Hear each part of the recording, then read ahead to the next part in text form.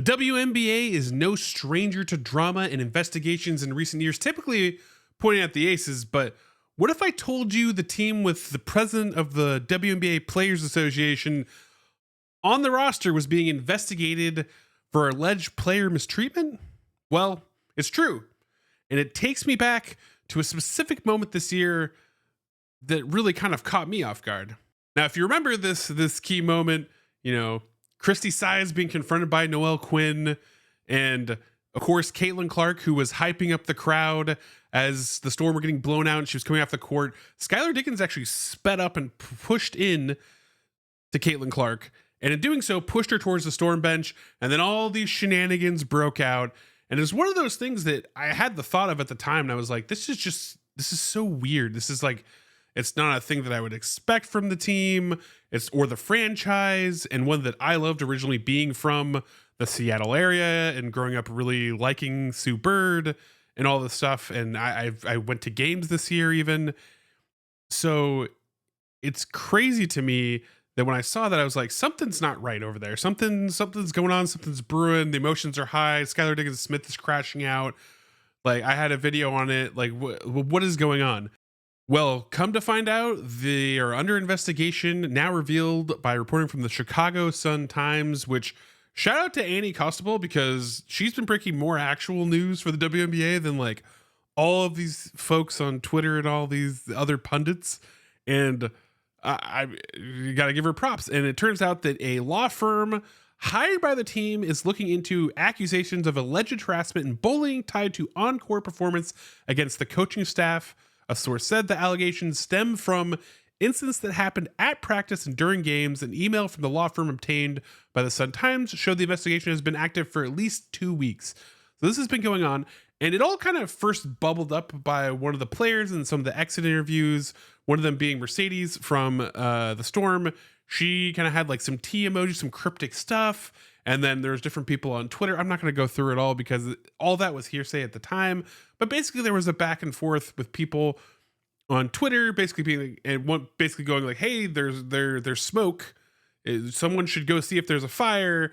And then a bunch of like insiders being like, "Oh no, there's no fire. Noelle Quinn's great. I can vouch for them." And then sure enough, Andy comes out and then reverse course everything. Oh yeah, this is serious business.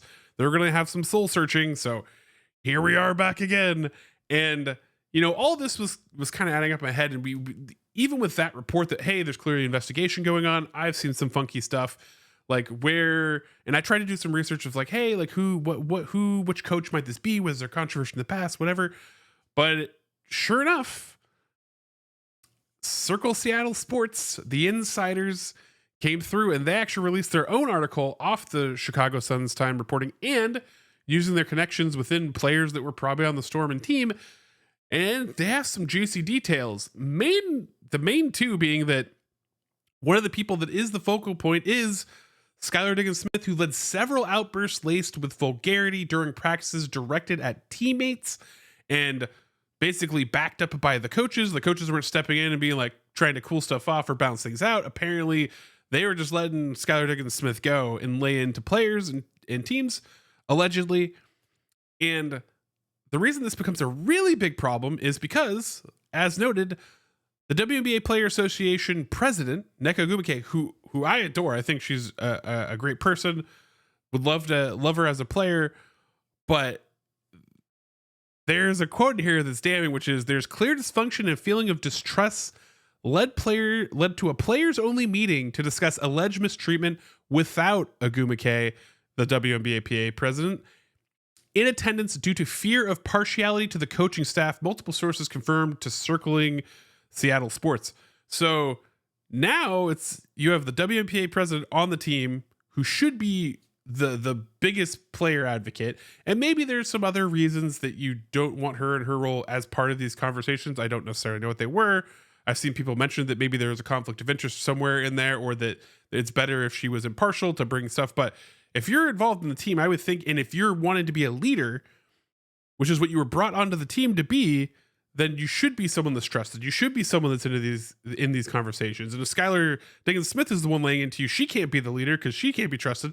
And if the coaches can't be trusted, there's these private player meetings, this is a mess, and explains so much of the spiral that this team went on. Even though they were winning tons of games, they down the stretch, they just started looking worse and worse and worse. They got 3-0'd by the Aces. Like, this is just, it's ugly. It's ugly stuff.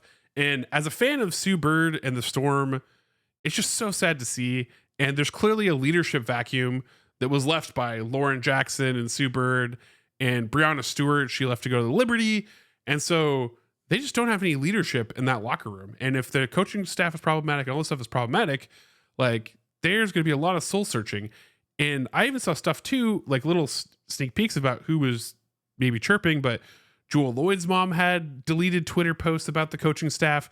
Like, it's not just like one player like spreading some tea and they were disgruntled. It's very clearly that there were a lot of players, and Jewel Lloyd has such a down year. Like, she gets the Eureka kind of quote of being this like hot or cold player. And there were times when she lit up the Indiana Fever this year. Just unconscious. She was like, got a black eye, could only see out of one eye, and she's just draining everything that she shoots. But then she also struggled.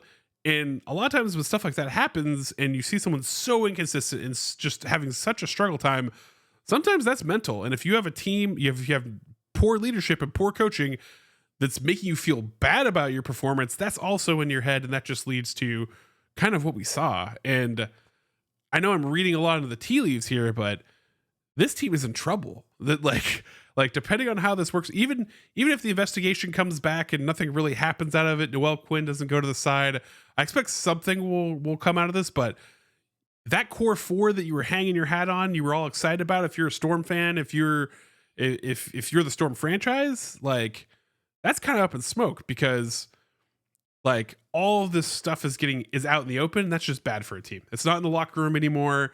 It got so bad that now it's out of the locker room, and now your future is uncertain. Your plan, your 5-year plan, your rebuilding, your leadership search.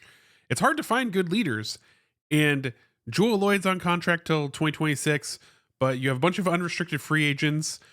I don't know what happens with Scott Diggins-Smith if any of this comes out to be true, and this turns out to be a detriment. She's already had issues at other teams, i.e. the Phoenix Mercury, couldn't hang there with Diane Taurasi. And at that point, it seemed like, oh, maybe it's just, conflicting personalities. But now you have another instance where she's getting into it, and it seems to be outbursts, given the moment that showed me the smoke. And so again, the only word to describe it is it's a mess. And the Seattle Storm franchise is going to have to pull it together. And I'm very interested with Sue Bird is going to stay on her podcast, because I have to believe with the rhetoric that she has around harassment, other things around women's sports, that if this is happening within your own franchise, she can't say anything about it because of the investigation of that. But like, man, I'm actually going to be keeping an eye on her stuff to see if anything slips out, because this is too big for no one to kind of respond with how historic this franchise is and how much of a cluster this now is looking like it's going to become. So again, still everything's alleged, but we'll see. We'll see.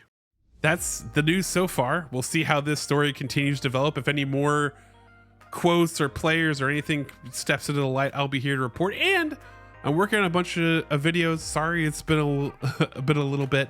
I've had a lot of other life stuff going on, but I plan to be releasing a lot more regular videos coming up here now that I have runway to start churning them out. And I've already been working on a few. So tell me what you think down in the comments below. Remember to like, remember to subscribe.